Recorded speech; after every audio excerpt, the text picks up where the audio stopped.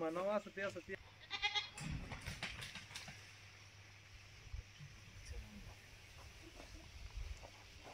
लोकांना दाखवते.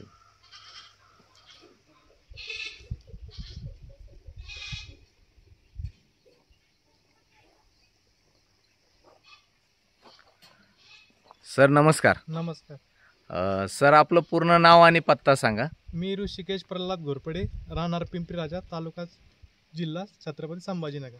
वा, आज तुमच्या या गोठ्यावर आम्ही आलेलो आहोत. तर आपल्या हातामध्ये जे काही कॅटल रिच नावाचं पावडर आहे, हो. ही कॅटल रिच नावाची पावडर तुम्हाला याची माहिती कोणी सांगितली सर? आमचे बंधू ज्ञानेश्वर घोरपडे यांनी सांगितली मला. नमस्कार ज्ञानेश्वर. नमस्कार. तर हे पावडरची माहिती सांगितल्यानंतर आपली स्वतःची डेअरी आहे. डेअरी हो बरोबर. आणि आपल्याकडं एकूण किती गायींचा हा गोठा आहे? माझ्याकडे टोटल 10 गायी आहे आणि 5 कालवडी. 5 कालवडी. हो. तर या 10 गायींपैकी तुम्ही या 2 गायींना आपली पावडर वापरलेली, बरोबर? हो. तर सर सगळ्यात अगोदर पावडर वापरण्याच्या अगोदर या गायींना काय प्रॉब्लेम होता? एकची गाय होती मागची जी समजा ती काळी, ती काळी गाय आपण जी पाहिली, हा, तिला जास्त मेन प्रॉब्लेम ती माती खात होती. ही गाय माती खायची. माती खायची. हा हा. अंगानं फार खराब झाली होती. पूर्ण या इकडे थोडंसं. विकायच्या कंडिशन मध्ये झाली. विकण्याच्या कंडिशन मध्ये होते. हो. तब्येत एकदम डाऊन झालेली होती.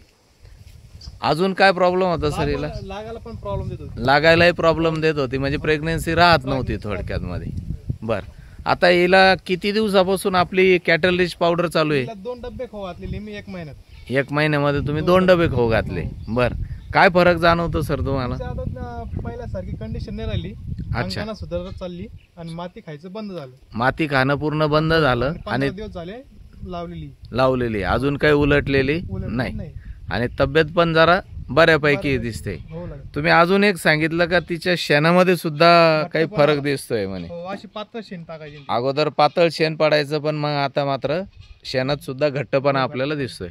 आणि दुसरे एक गाईला आपण दिलंय, तिच्यामध्ये काय फरक दिसतो? ती पण तिनं जार खाल्ला होता. अच्छा, या गाईने डायरेक्ट तिच्या बारगड्याच उघड्या पडल्या होत्या. दुधाला पण कमी झाली ती. दुधाला पण कमी. अगोदर किती दूध द्यायची? 14 लिटर दूध द्यायची, 28 लिटर दूध देत होती.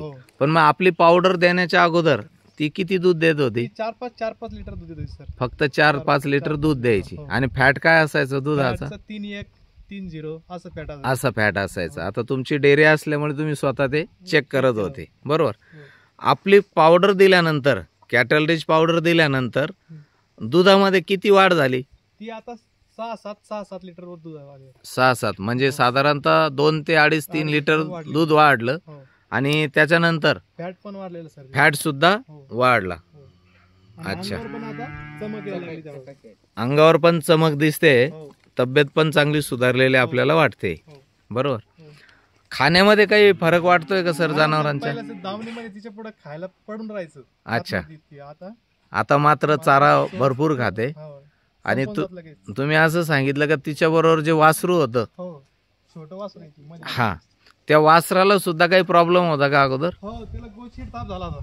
बरं, आणि त्याची तब्येत कशी होती सुरुवातीला? हडकुळी झाली, जायच्या कंडिशन मध्ये झाली. अच्छा, म्हणजे ते सुद्धा वासरू वाचलं असं वाटत नव्हतं, हेच वासरू आहे. अच्छा, ते पण तिच्या सोबतच खायला लागलं आणि ते सुधारत चाललं तसं. तिच्या बरोबर म्हणजे गाई बरोबर ते सुद्धा कॅटल रिच पावडर खायला लागलं, तर त्याची सुद्धा तब्येतीमध्ये आपल्याला सुधारणा दिसते. वा वा, म्हणजे एकंदरीत कॅटल रिच जे पावडर आपण वापरली, तर हे वापरल्याबद्दल तुम्ही पूर्ण समाधानी आहात असेल. बरं सर, आता इतर काही असे कस्टमर आहे का ज्यांच्याजवळ गाई आहे, गाईचा गोठा आहे? हा, तर यांच्यासाठी तुमचा काय सल्ला राहील? सल्ला एकच सर, एकदा वापरून बघा, वापरल्याशिवाय काही कळत नाही. बरोबर. मला तर पक्का 100% अनुभव आलेला आहे. मी सजेस्ट करीन का लोकांना त्यांनी वापरूनच बघा. वापरलंच पाहिजे. फॅट मध्ये पण वाढ झाली आहे. अच्छा, दूध पण चांगलं असं घट्ट आहे. हा, पावडर वापरल्यानंतर सर फॅट किती आले दुधाचे? फॅट सर घ्याच घ्यायचं मी चेक केलं होतं. चेक नव्हते, 3-1 चा फॅट आहे तिला. हिचा अगोदरचा 3-4 पर्यंत फॅट गेला. 3-4 पर्यंत फॅट आलाय. बरोबर. म्हणजे फॅट मध्येही सुधारणा झाली, खाण्यातही सुधारणा झाली, तब्येतही सुधारली. आणि जी गाय माती खात होती ती बंद झालं आणि ती पण तिचं माती खाणंही बंद झालं. म्हणजे एकंदरीत तुमचे जवळजवळ सगळेच प्रॉब्लेम सॉल्व्ह झाले. तर एकंदरीत धन्वंतरीचं प्रोडक्ट वापरल्याबद्दल तुम्ही पूर्ण समाधानी आहात. धन्यवाद सर, थँक्यू.